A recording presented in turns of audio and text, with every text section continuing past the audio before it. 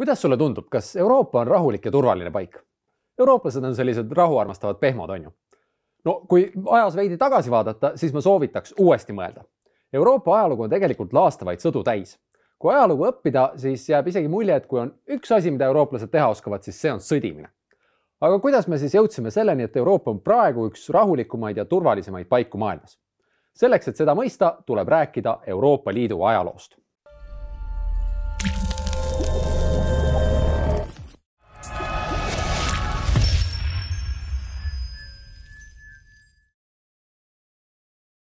Kaks suurt Euroopa riiki, Prantsusmaa ja Saksamaa, olid vanasti vihased rivaalid ja pidasid omavahel palju sõdu.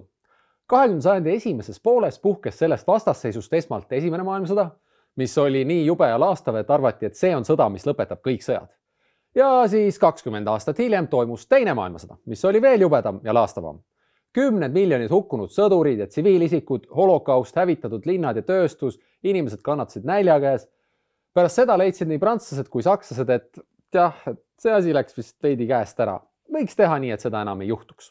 Ja leiti, et oleks vaja rohkem rahvusvahelist koostööd Euroopa riikide vahel, et riigid tegutseksid rohkem ühiste eesmärkide nimel. Mõned rääkisid isegi, et nii nagu on olemas Ameerika Ühendriigid, siis oleks vaja Euroopa Ühendriike. Igatahes olid paljud nõus, et Euroopa riigid võiksid vanad vastasseisud selja taha jätta ja asuda omavahel koostööd tegema. Ja lõpuks viis see Euroopa Liidu tekkimiseni. Muidugi see ei käinud nii, et Euroopa Liit võiks olemas olla ja ongi olemas 450 miljoni elaniku ja 27 liikmesriigiga maailma ajaloos ennenägematu organisatsioon. No ei, see Euroopa ühendamine on olnud pikk ja keeruline protsess ja sellise nimega organisatsioon nagu Euroopa Liit sündis tegelikult alles 1993. aastal. Aga selle loomisega hakati pihta juba pärast teist maailmasõda. Ja tänase Euroopa Liidu tekkimiseni on viinud kaks suurt arengut: integratsioon ja laienemine. Esmalt integratsioon. Selle ajal mõtlen ma seda, et hakati samm-sammult leppima kokku järjest uutes asjades, milles koostööd teha. Esimeseks sammuks oli see, et 1951. aastal loodi selline organisatsioon nagu Euroopa söe- ja teraseühendus. Ma tean, see kõlab väga imelikult, et miks mitte mingi Euroopa rahuühendus või igavese rahuliit või midagi sellist. Euroopa söe- ja teraseühendus, no mida? Aga see oli seepärast, et esiteks teras ja süsi olid tolleaegse majanduse ühed tähtsaimad komponendid, aga teiseks seepärast, et teras ja süsi olid vajalikud selleks, et relvi ja sõjatehnikat toota. Ja mõte oli selles, et kui varem kontrollis Prantsusmaa oma söe- ja terasetööstust ja Saksamaa enda oma ja nad tahtsid alatasa teineteise tööstuspiirkondi endale vallutada, siis nüüd loodi riikide ülene ühendus ja hakati neid tööstusi ühiselt kontrollima. Ja ka kauplemine söe ja terasega muudeti ühenduse sees vabaks, nii et ei pidanud tollitariife maksma. Ja selle mõte oli selles, et kui tankide tootmiseks vajalikud materjalid olid ühise kontrolli all, siis see muutis riikidel üksteisega sõja alustamisega väga keeruliseks. Aga teras ja süsi olid ainult algus. Koostööle tuli järjest kihte juurde. 1957. aastal loodi Euroopa majandusühendus ehk ühisturg. See tähendas, et igasuguste kaupade liikumine liikmesriikide vahel oli vaba. Kui prantslane tahtis oma sinihallitusjuustu või veini Saksamaale müüa või kui hollandlane tahtis Itaaliasse tulpe müüa, siis nad ei pidanud enam maksma tollimaksu. Lisaks alustati koostööd, et arendada tuumaelektrijaamu, et teha Euroopa põllumajandust kaasaegsemaks ning et toetada regionaalarengut. See tähendab, et aidata vähem arenenud piirkondi jõukamatele piirkondadele järgi. Kusjuures kõige tähtsamaks ongi Euroopa ühendamisel olnud just majanduslik koostöö, sest läbi selle kasvab Euroopa inimeste heaolu. Et meie Euroopa inimeste elu läheb sellest paremaks. Aja jooksul on arenenud ka see, kuidas Euroopa Liidus otsuseid vastu võetakse. Kui esialgu juhiti ühendust nii, et iga riik määras ühendusse oma esindajad, siis näiteks 1979. aastast valivad Euroopa inimesed otse oma esindajad üle-euroopalisse parlamenti. Niisiis sellest alates toimuvad riikides kahed parlamendivalimised: riigi enda parlamendivalimised ja Euroopa parlamendi valimised. Ja neid koostöövorme tuli veel juurde. 1985. aastal pandi näiteks alus Schengeni viisaruumile, millega kaotati riikide vahel piirikontrollid, et inimesed saaksid täiesti vabalt ühest liikmesriigist teise reisida. Tänapäeval me vajame viisat ja peame läbima piirikontrolli selleks, et reisida näiteks Venemaale või mõnda kaugesse riiki, aga vanasti oli selline piirikontroll ka Euroopa Liidu riikide vahel. Õnneks enam ei ole ja seetõttu on Tallinnast näiteks Helsingisse sama lihtne minna kui Tallinnast Tartusse ja Võrust on sama lihtne minna Riiga kui Tallinnasse. Ja veel, 2002. aastast võeti paljudes Euroopa Liidu riikides kasutusele ühine raha euro. Enne seda oli kõikides liikmesriikides kasutusel mingisugune oma raha ja ühest riigist teise minnes pidi raha vahetama ja kaupu teisest riigist ostes pidi kursi järgi hindu ümber arvutama. Aga euro on teinud nii riikide vahel liikumise kui ka kauplemise palju lihtsamaks. Ehk siis, nagu me nägime, on aja jooksul Euroopa riikide koostöö muutunud järjest sügavamaks. Sellele on tulnud kihte juurde. Kõik need muutused on toimunud erinevate lepingutega, mida ei ole mõtet üksipulgi käsitleda. Oluline on see, et kõik need sammud või muutused on riigid omavahel kokku leppinud ja heaks kiitnud. Riigid on ise neid muutusi tahtnud ja mõnda muutust, mida on välja pakutud, ei olegi toetatud. Näiteks 1952. aastal ei leidnud toetust ühtse Euroopa sõjaväe loomine ja see plaan jäigi teostamata. Või näiteks on riike, mis ei ole tahtnud eurot kasutusele võtta ja seepärast kasutab näiteks Rootsi praegu oma raha edasi. Ühtlasi on see ka põhjus, miks Euroopa Liit näib mõnikord nii väga keeruline. On igasuguseid erinevaid otsustuskogusid, üks otsustab ühte, teine teist, mõnikord peavad koos otsustama. See on sellepärast, et Euroopa Liitu ei ole ehitatud korraga valmis ühe selge plaani järgi, vaid tasapisi ja niimoodi, et kõik oleksid nõus. Aga lisaks sellele sügavusele on Euroopa Liit kasvanud ka nii-öelda laiusesse. Ta on laienenud. Sest mis on Euroopa?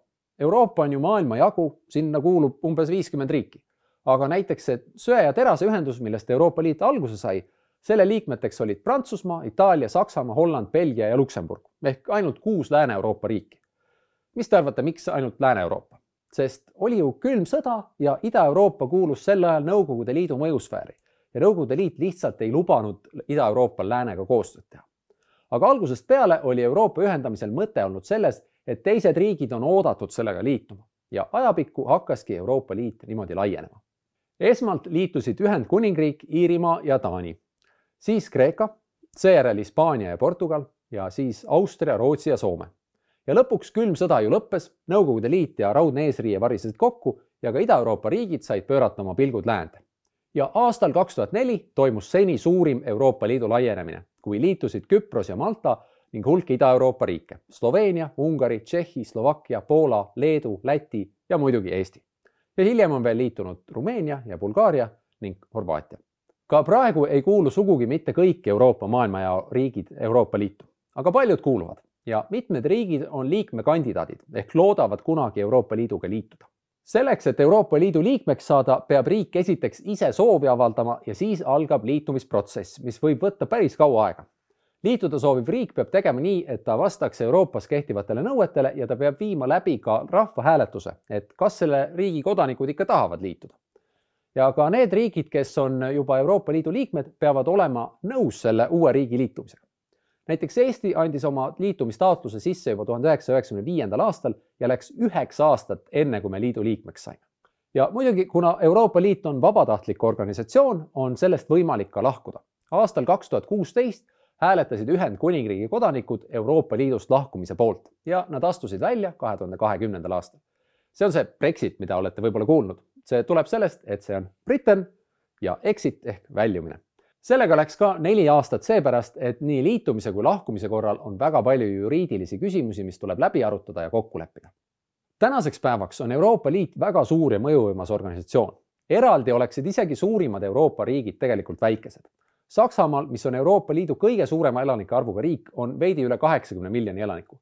Aga näiteks Ameerika Ühendriikides on ligi 350 miljonit elanikku ja Hiinas 1,4 miljardit elanikku. Aga kui me tegutseme koos Euroopa Liiduna, oleme kokku päris suured. Euroopa Liit on üks 3 maailma suurimast majandusest koos Ameerika Ühendriikide ja Hiinaga. Kui varem on maailma ajaloos sellised suured moodustised olnud ikka impeeriumid, mis on vägivallaga kokku liidetud, näiteks Pärsia impeerium, Rooma impeerium, Mongoli impeerium, Briti impeerium, Vene impeerium, siis Euroopa Liit on ainulaadne, sest riigid on sellega liitunud vabatahtlikult ja see tugineb ühistele väärtustele, demokraatiale, õigusriigile ja inimõigustele. Selles mõttes on Euroopa Liit kindlasti edukas olnud, sest pärast teist maailmasõda on suudetud rahu hoida ja nii pikka rahuaega polegi Euroopas varem olnud.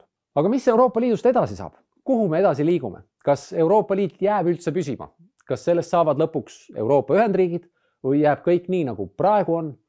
Mina ei tea, ega keegi ju ei tea. Aga mis teie arvate? Andke siin all kommentaarides teada. Nii, ja kuidas seda kõike veel lühidalt kokku võtta?